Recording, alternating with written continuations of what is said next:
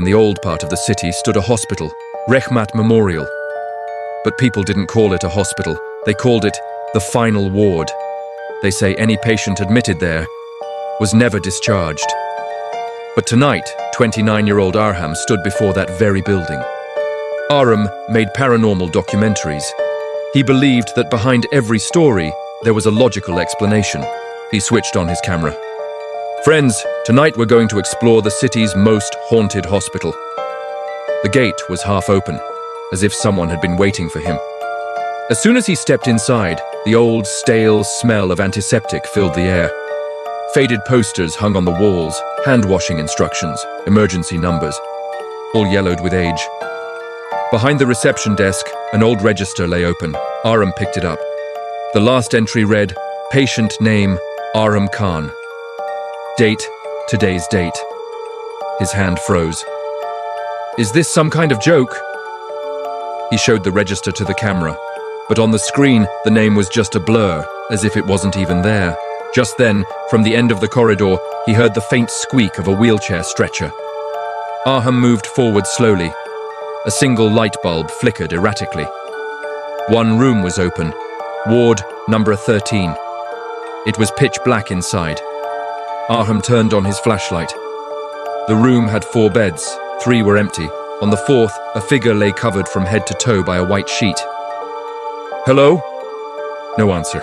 He stepped closer. The moment he reached for the sheet, the bed was empty. But a voice came from behind him. Doctor, when will I be discharged? Arham turned around slowly. An old man stood there, holding an IV stand. He had deep dark circles under his eyes. I'm not a doctor. The old man smiled faintly. Everyone here becomes a doctor, then they become a patient. And just like that, he slowly dissolved into thin air. Arham's breathing grew heavy. Suddenly, an announcement crackled through the speakers. Code Blue, Ward 13. The door slammed shut on its own. The room's temperature dropped instantly. The beds began to shake violently. Arham ran to the door trying to open it. He twisted the handle, but it was locked. He turned the camera towards his face. Guys, this is getting seriously weird. Suddenly, the white sheet reappeared on the bed behind him. This time, blood was dripping from underneath it onto the floor. Drip! Drip! Drip! Arham slowly walked back. He lifted the sheet.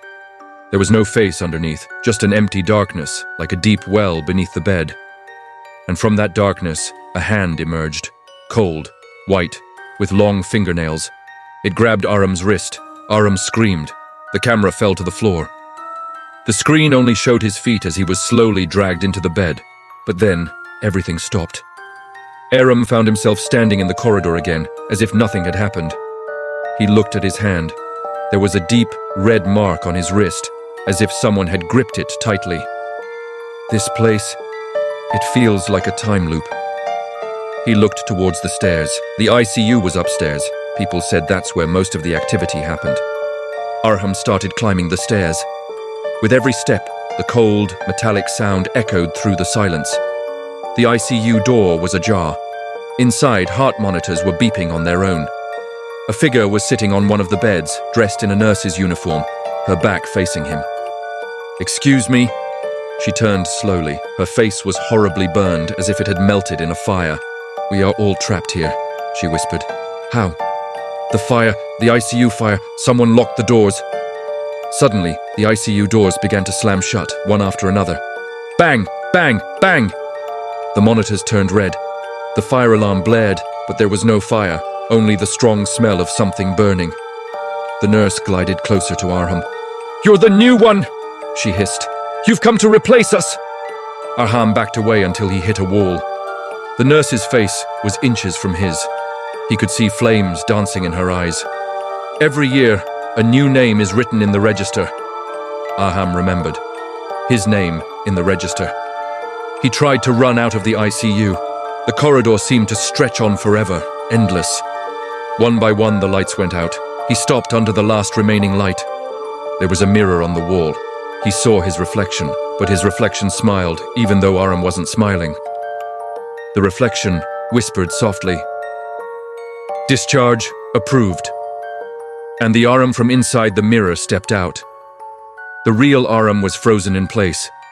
Two Arams stood facing each other. Amon had the mark on his wrist, the other did not. The duplicate Arham said, "You are the patient!" And he shoved the real Arham towards the mirror. Arham screamed, but his voice was swallowed by the hospital's silence. The next morning, a security guard found the hospital gate locked. There was no one inside. But there was a new entry in the reception register. Patient name, Arham Khan. Status, admitted permanently. Sometimes, late at night, a faint red light can be seen blinking from Ward 13, and a voice echoes. Friends, tonight we're going to explore. Then static. Then silence.